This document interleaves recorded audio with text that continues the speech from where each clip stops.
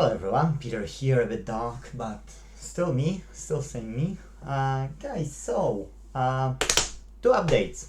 I owe you two updates because there were episodes which were showing certain devices and I didn't update what's going on. So one of these devices was this pure sine wave inverter, okay? Here the problem is that I've checked, the power is coming in. There was a video when I was analyzing the mainboard, and it turns out that the power is not shorted anywhere, and I could see drop voltage from 12 volts as well going into the microcontroller. Okay, so I can see that that's not a problem, at least from my understanding. There was a bit of like disconnection, and I found that the problem was the clear paint layer on the main board. When you've got a wave soldering and it's dropped, it's going and it dropped, in the wave of solder. If you would YouTube it, you would know what I mean.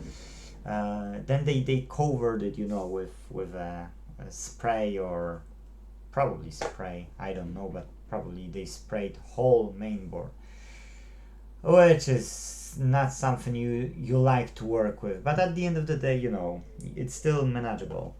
Only discomfort, huge discomfort. So what I want to say is I went across that and I found that the microcontroller receives a good enough power, because I've checked other similar molds to the microcontroller. I wasn't 100% sure if I found the right one, but as the microcontroller receives the power and we don't see even LED, then I can assume that there is an issue with the microcontroller. So I said that to the customer that unfortunately I can either risk buy microcontroller and second guess myself, because I'm now no expert with those inverters, and if I'm fixing the switching inverters, yes, which are usually similar faults they have. If you would just YouTube it, you would know there's only like 5 faults top, I'd say, with them, and it's from top of your head you will know it once you know these faults, of course. But those pure sine wave I didn't fix till now, to be true. That's the first one I have here, and I said that would be a good project to build upon second inverter, yes, based on those components, because there is a toroidal huge transformer, yes, and everything is prepared, so it would be nice to have as a project. And the customer said, if you want to keep it. I said, okay, thank you.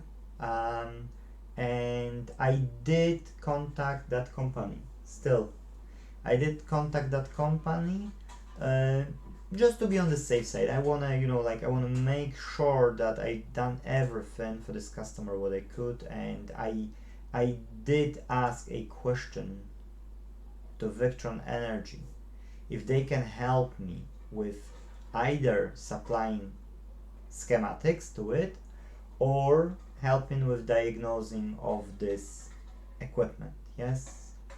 So we're waiting. I don't know what will be the outcome. Probably usual, like to myself will be a middle finger, but worth a shot. I want to have a clear conscious mind when I'm doing something. That's why I'm striving for 5-star rating if possible on Google, and that's why I wanna as well make sure with this one that will be my dot over the A. If they will say no, then I will put it aside for now, because I've got too much stuff going on, and then I can go back to it, maybe order that microcontroller, maybe try to program on the other microcontroller. Don't know. I'm no expert with them whatsoever. I don't know maybe what I'm talking about. Maybe it's too much, but then I can use other components to other projects for sure. Yes, so that's what I know for sure. So that's the first item, and that one is no go for now. Yes, that sine wave inverter. Now the second thing what we have is a tower fan.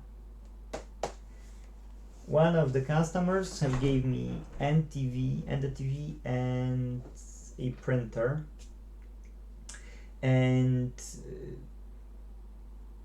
he said that if I could look into his tower fan. So I said, okay, no problem. That's a Blaupunkt model. It's 332708. Okay.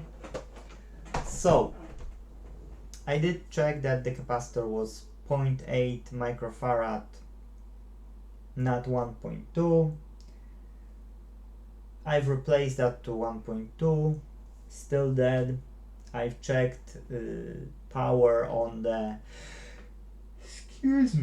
on the connection at the motor, and the current is going there. The current is touching literally the coil on the motor. So we know that the capacitor works fine. We know that current is coming in. This motor wouldn't work without that capacitor as well, by the way. And we know that this switch is working fine because I've checked. I took my meter and I went across. So there's no way that would be anything else but this motor. So then again, I said to the customer that, you know, I see only motors for 220 volts. I don't see motors like I've checked today. AC in our mains is 246 volts. So all the motors I see at AliExpress are 220 volts. And customer said, well, if you want to keep it, if you don't want, I'll come back from holiday and I'll collect it. Yes, because I said, even if I would buy you that 220 volt motor, what could happen is this could burn out, you know, sooner or later. Yes, so I would say it's no point. The motor is not dear, you know, but at the end of the day, even if you spend like 15 pounds on a motor, yes, whole tower you can buy for 60. So I wouldn't charge this customer because, you know, because customer had gave me this TV and the printer. Yes, so I wouldn't charge customer, but still for the part. If customer would pay me like 20 pounds for the parts, I mean for the capacitor and for the motor, yes, so that would be less than 20 pounds. But then again, you know, if I will plug it in 220 volts and it will die, then I think we can agree that it's not worth. Yes, so I went across everywhere where I could find these tower fans, so similar or the same wattage, and I can't find a single motor produced above 220 volts. All I can find is 220. So my question is, how come Blaupunkt has them? Or do they have them? Or they just place sticker on them that it's 220 to 240? We don't know. We didn't count the turns, and I did open that motor. I won't be planning any fight against Blaupunkt. I won't be counting the coils on a live show, unwinding and showing to people mathematical calculation that I'm right. No, that's not my goal. The question is only, did they do a good job and they've provided proper motor and it just accident that it just burned out? Or it was constantly working at the stress level and it burned out because of that. So that's unknown, because as I'm saying, I won't be doing a live and I won't be unwinding each winding on the live, and I won't be putting into the mathematical calculations. Yes, I just won't. It's not worth my time and probably no one's time. Maybe it would be worth if I would open a case then to Blaupunkt, if I would be right, yes, on my guess. But What can I say? And I won't be doing it. That's not, you know, that's not something what I want to do. So yeah, two things, and I didn't repair. I got one more of those weird repairs. It's behind this from 60s tape player, reel-to-reel player. It's over there. It's a welder. I do believe that that's fixable. That's fixable, and that's worth fixing. But before the holiday, I had to give up on it because I was too busy. Now it's a time when I've got this time, so I'm going through those all things. They are ending up in my possession anyway, because it's bonkers. So fingers crossed I will have more time to look into this one, and maybe I'll find motor for 240 volts. That would be nice. I could put them back together, and even if I would contact these customers and I would say take them, you know, just take them, because it's fixed. Or if no, oh well, I'll use them for spare parts. I remember now when I'm looking at it and when I'm talking about it that Robert Murray on his YouTube channel, he bought one of these and used that motor for the wind generator. Yes, it's not producing heck a lot of current, of course, but you know it does. And even if that one coil would be faulty, that it's, you know, not spinning up, then maybe those two coils are good, maybe. Maybe I could use it, you know, for a small wind generator. Yes, even, you know, just for fun. Yes, I've got some batteries lying around from laptops, like here. I've got some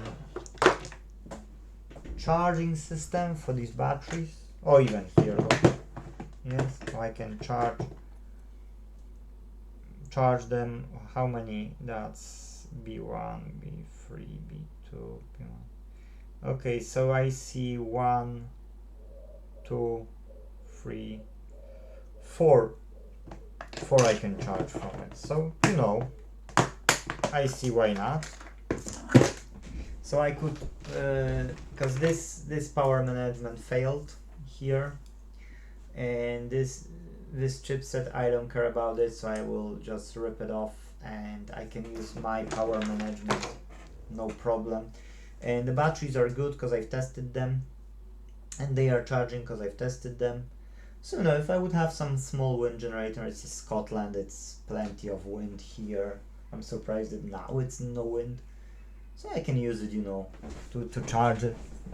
Of course it won't be a lot of current, but you know, if I can do something which is recyclable and I've only wasted time, bit of soldering and maybe a few things, no problem. That controller for the battery cost you like pennies. Literally, it cost you like nothing, so it's fine. But if I would have more of these, if I could do whole tower wall of these, which is possible to do it cheaply, then, you know, if I could produce even 100 watts, guys, if I can produce 100 watts, I'm telling you that probably I could run everything apart from this computer from that. Because if I could do that, would be probably about 200 watts. So the average, when there is a wind, there's no wind. Yes, that would be probably about half of the time, let's say. Then the batteries would be charged whenever they can, and that would make a difference. Yes, 100 watts would make a difference. And then when I see what I've done, I could improve it. Maybe I could go for 500 watts if I would know that I can do it, I'm capable of. Yes. I know that these we can use because they've got a good glass here, and these are 2 layers. You can segregate these 2 layers. You can make a small solar panel out of it as well, and these are cracked ones. So I've got 75-inch here, about 50-inch here, and probably something is in between because I see that there is more. and you know, if you can build 500 watts already for like peanuts versus people who are paying thousands of pounds for recyclable energies, yes, renewable energies, then it's worth hassle. Yes, if I would say that, oh, it's not worth because it's only 500 watts.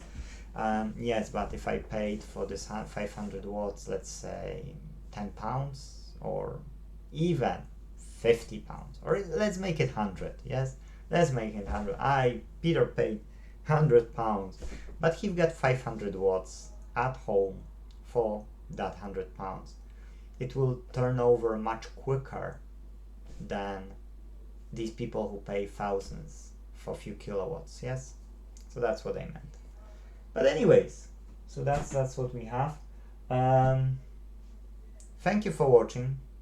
Hope you see, not always we can fix stuff, but at least we can try. And even if we won't fix it, yes, we might do some good project with them sometimes not. So if I'll do any projects with them, or if I will have any outcome which is worth mentioning, I will for sure follow up. And I think it's time to make videos, like follow-up videos every so often, so that you know how many projects I'm fixing, how many I'm not, because on the recordings I'm showing everything and not editing videos. Yes, so here I didn't do this because I wanted to see if I can fix it. If I knew I can't fix it, no value